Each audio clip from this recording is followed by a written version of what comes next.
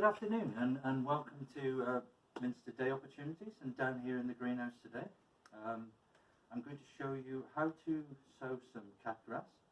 Equally it could be dog grass, so treat your pet, and I'll show you how to grow some of those in modules. And then we're going to go through a series of wildflowers, weeds for your idents, and having, just for a bit of knowledge. Expand your knowledge, go out into the garden, help your parents or carers to clear the verges of the weeds. So we'll start with our cat grass. So we're going to fill some modules and we're going to grow some cat grass. Cats enjoy this to be eaten. It's good for them.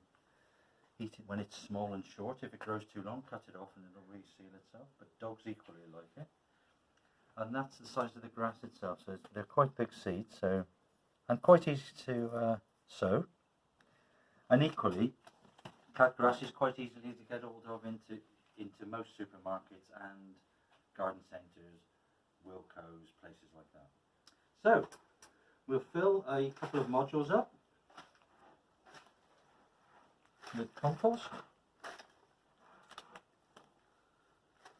You can use soil if you want to do, but compost is much easier and cleaner. And then what I'm going to do is just depress a small indentation in the compost, like so. You can spend as much time as you like on this. I'm just showing you the quick version. And then what I do is just a pinch of grass seed in each one. And then fill each module.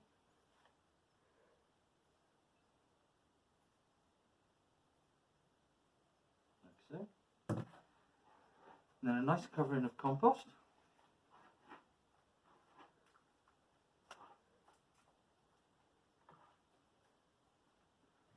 Firm it down a little bit. Don't forget to water in nicely. These don't need to go into a propagator. You could propagate these outdoors, probably in a semi-shaded place, if anywhere.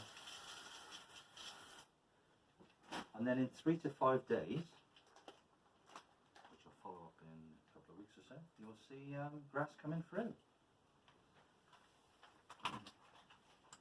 And just below here, I just for fun grew some for an old pair of tights. So just for fun. So you can do anything like that. So I'm just going to change the table, an instant table, so you can see these idents quite nicely. So this is just for a bit of fun, bit of knowledge. But what you can do, I'm going to give you all the common names, and then you can search, Google search or something, maybe for all the botanical names or all the Latin names for it.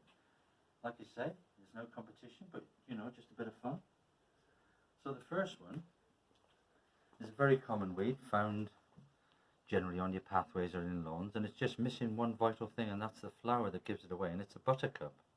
So it's a creeping buttercup, and I think when you were children you used to pick the flower and stick it under your chin, and everybody would know if you like butter or not. So whether it's true or not, I don't know. So anyway, creeping buttercup.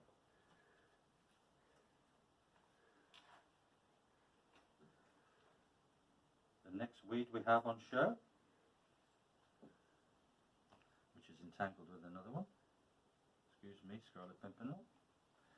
So this is the nipplewort. So this grows to 1 metre tall, lots of yellow flowers that come out in the sunshine. And so that's nipplewort, and that's grown generally in scrubland or a place in the garden where you haven't cultivated very much. This next one, which is again mixed up. But this next one, the flower will give it away. And it's a beautiful little flower. And of course, if you like it, you can leave it in your garden. I mean, there's no real problem with that. And that's called Scarlet Pimpernel. So that's a lovely little weed. But if you don't want it in your garden, you can easily pull that up. And then we have a whole bucket load of good stuff. And I didn't have to go, I didn't travel very far for this. I mean, this was just lying around in our garden. Look at this, a little butterfly has come to join us. Yeah.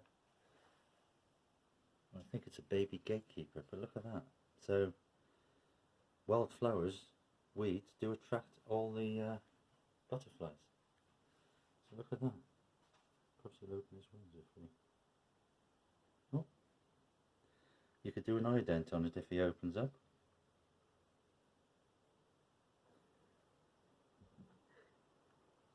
Oh, look at that. Well, there you go. I didn't even set that one up. So this next one is feverfew. So obviously many moons ago they used to use this for treatment of migraines and stuff like that. So that's feverfew.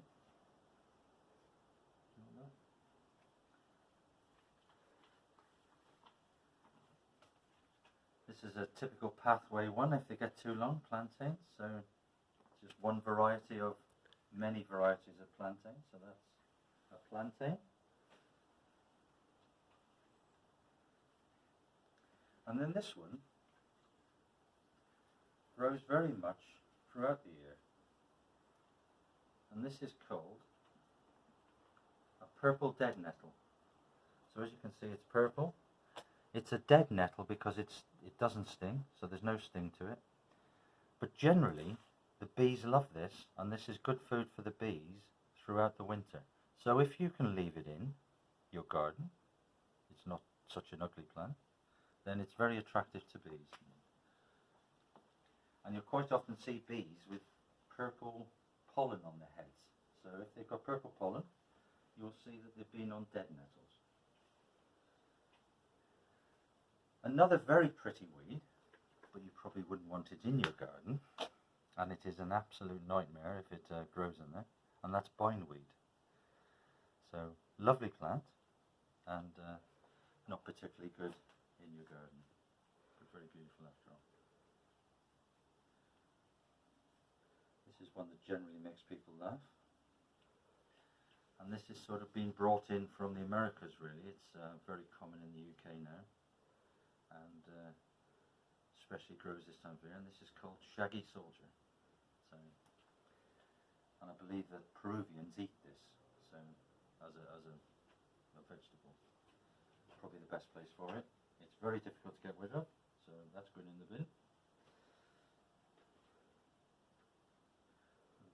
Now. Another one coming up here. Now this is fat hen. It could also be called goosefoot because of the shape of the flowers. It's in the shape of a goose. But again, this can be used as a spinach. So quite often, and still in use very much in northern India, this would still be grown as a vegetable to be eaten. But we don't have no problem with it here. It grows very freely, and amongst it'll definitely grow amongst your cultivated soil. As soon as you've cultivated it, it will be there. So that's fat hen. And of course, chickens do like it. We used to feed it to the chickens here. They love it, which is good. Another pretty plant, which isn't so pretty when it grows up. That's another bit of, excuse me. That one. Well, that looks quite nice in the flower bed at a young age, but actually that's rose bay willow herb, and that grows to a metre and a half. Has lots of seed heads on it, and definitely not recommended for your garden. But at an early age, it is quite pretty, so you could cut flower with that. And a very common weed that most people would know this one is this is groundsel. And again, this grows all year round, and the seed heads become sort of quite parachute. So when the seeds, these have all blown off, look, but when they blow off, they're like a parachute, and they float. Those are the ones that you see floating around your garden, and what they're doing is obviously setting seed in your garden as we speak. So they will be everywhere. Groundsel, good for budgies. Another fat hen.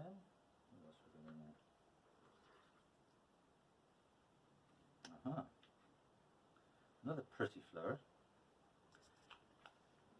this is quite often well, it grows on the greenhouse floor in here and on the raised beds generally. But this is oxalis, so it has a bulbous root, very difficult to get rid of, very pretty flower, and obviously people do have this growing in the garden. So that's an oxalis. And our last but not least is the dreaded goosegrass. So in some areas it's called cleavers. I think in this down south here it's called goosegrass, and it's as kids everybody used to throw it at you. It used to stick to you. It's also called sticky willy, sticky bob, sticky anything, and goosegrass. I think again because it's the shape of the feet, shape of the leaves are like goose's feet, geese's feet. I don't know if there's such a thing as goose's feet, but there you go. Well, anyway, so I hope that was of interest to you. It was a bit of fun, and like I say, try to find the botanical names of it all. And I think with our next session, we'll be looking at some of these, especially the flowers from some of these plants, about how you can press them. And we'll be looking for other flowers as well, such as the poppy and stuff like that. We'll show you how to press flowers, so that'll be a bit of fun. So until then, stay safe. Remember your 2-meter rule still, where possible, and wash your hands.